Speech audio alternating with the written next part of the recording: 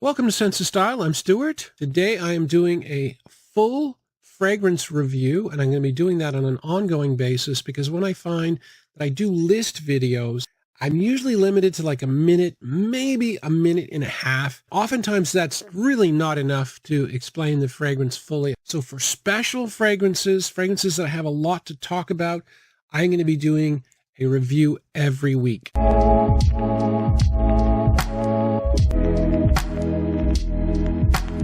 So the fragrance today is Musc Ravageur by Frederic Malle, and the special quality of this fragrance, this niche fragrance, is the fact that this is the most sexual fragrance that ever existed.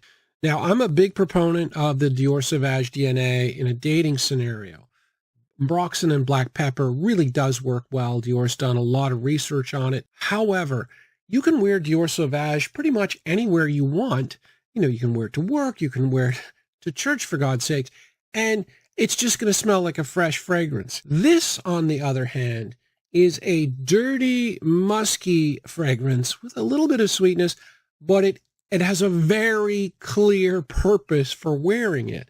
Anything that's animalic as this, it's going to come off as very sexual. And this is an extremely sexual fragrance, and I am nowhere near the only person that says that. So how sexual is Musc Ravageur? Let me just say this. I dated an awful lot in the 2010s. I have a lot of experience. I mean, I know I don't look like it, but I do. If I was having a second date with a woman and she was wearing Musc Ravageur, I would know beyond a shadow of a doubt that I was going to get laid. I mean, it's just, there's no other real reason for wearing something like this. So what's in this that makes it so sexual? Well, let me just go through the whole thing.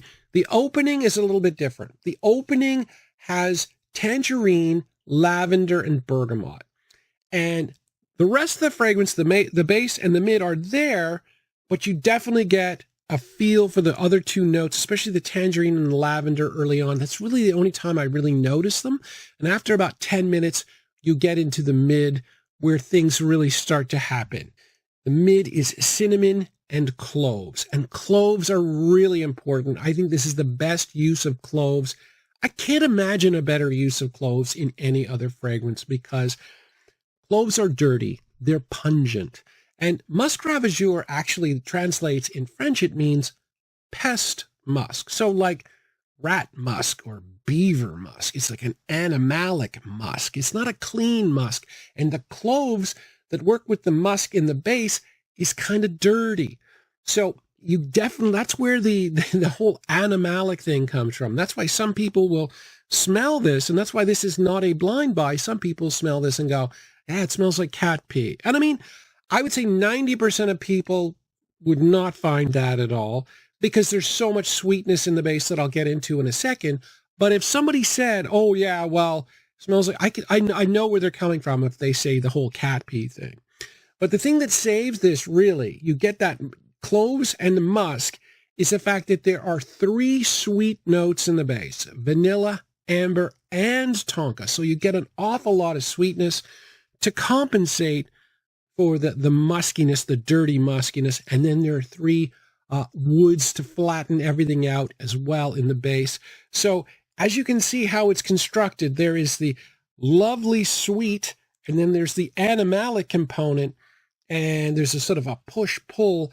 And to make matters worse in terms of like wearing it on a date, I mean, I'm not kidding you. The projection here is insane. It's an eau de parfum, but it really feels, in terms of fragrance oil concentration, it really feels like a parfum. It is a niche eau de parfum.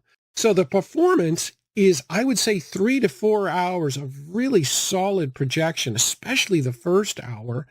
And then you're going to smell it on you for at least 10 to 12 hours. For me, it's 12 hours. You know, maybe you have dry skin. Maybe you'll only get it for 10 hours.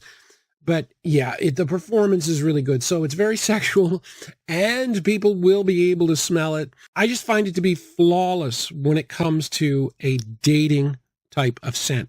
So I've seen a few videos on Musc Ravageur, and one of them, the guy was really enthusiastic about it. He really loved it. And he goes, yeah, you can wear it anywhere. And he goes, you can even wear it to work. I'm like, I'm sorry. You can wear Sauvage to work. You can wear, I would say, 90 to 95% of fragrances to work.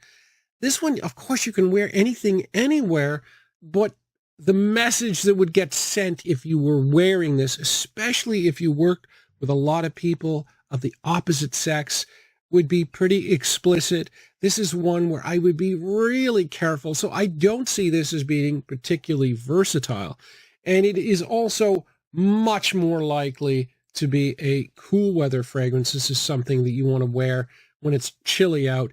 This ain't no summer fragrance. There's way too much vanilla, amber, and tonka, too much sweetness in the base to use this in any kind of warm weather. But it is, I believe, a masterpiece. I also believe it is the sexiest fragrance, at least that I've ever tried, and by quite a margin. Anyway, thanks for watching, guys. Take care.